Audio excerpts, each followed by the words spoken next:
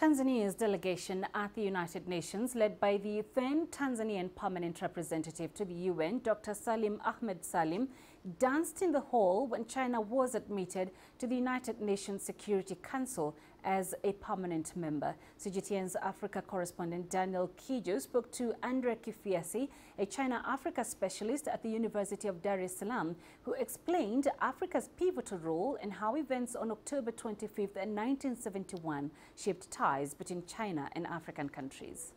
So, Doctor, let's go back over 50 years ago and remember the events that led to China being allowed into the Security Council, and also Tanzania's place, among other African countries, in making that happen.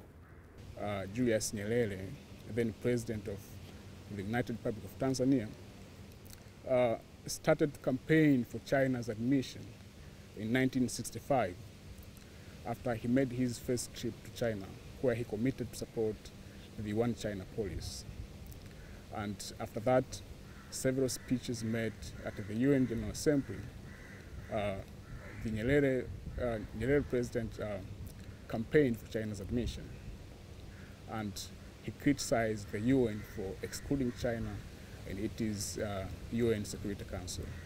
Not only that, but also Tanzanian delegates at the UN, and especially Dr. Salim Ahmed Salim, who was a permanent representative of Tanzania to the UN, and among leaders who campaigned for China's admission to the UN, played a significant lobbying role to solicit votes for China's admission to the UN.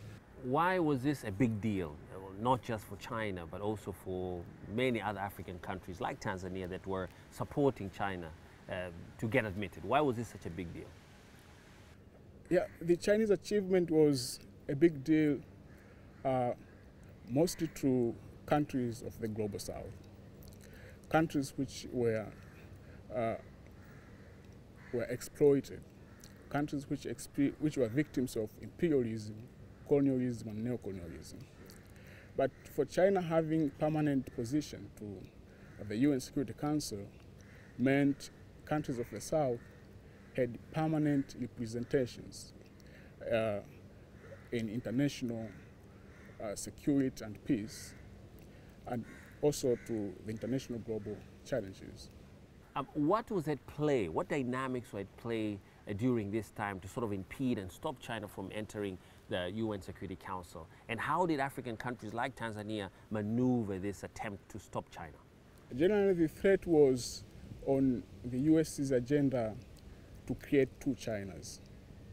The US wanted the Chinese government to have a dual representation, that it should be represented by the two governments, the Taipei regime and the Beijing regime.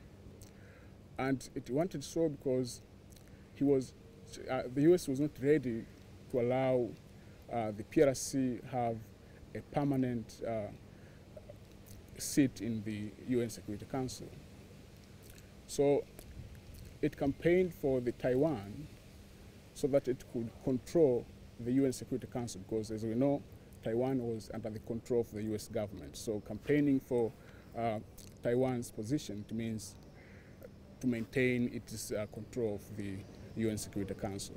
But during this time, friends of China, African countries, members of the UN, were strongly united to fight for China's position.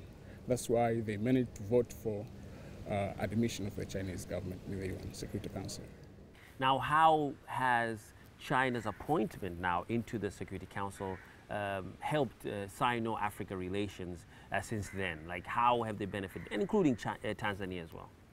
Yeah, soon after China has been admitted to the UN, the Chinese President Mao Zedong acknowledged the support he received from African governments, and particularly Tanzania. And since then, African governments which forged diplomatic relations with the Chinese government received several economic, political, social, and technical support. So generally, you can say that the relations between, the ties between the Chinese and African governments blossomed. So now, 50 years later, China has been in the UN Security Council for many, many years. But Is it still significant, that act that happened over 50 years ago, today? Does it matter for China and also for African countries like Tanzania? Of course, of course. And I think even the Chinese government itself remembers this a lot, because the day when China was admitted, it was like the celebration in all of the countries of the South that they won against imperialist countries. So it is a good day, a great day to remember for all countries in the Global South.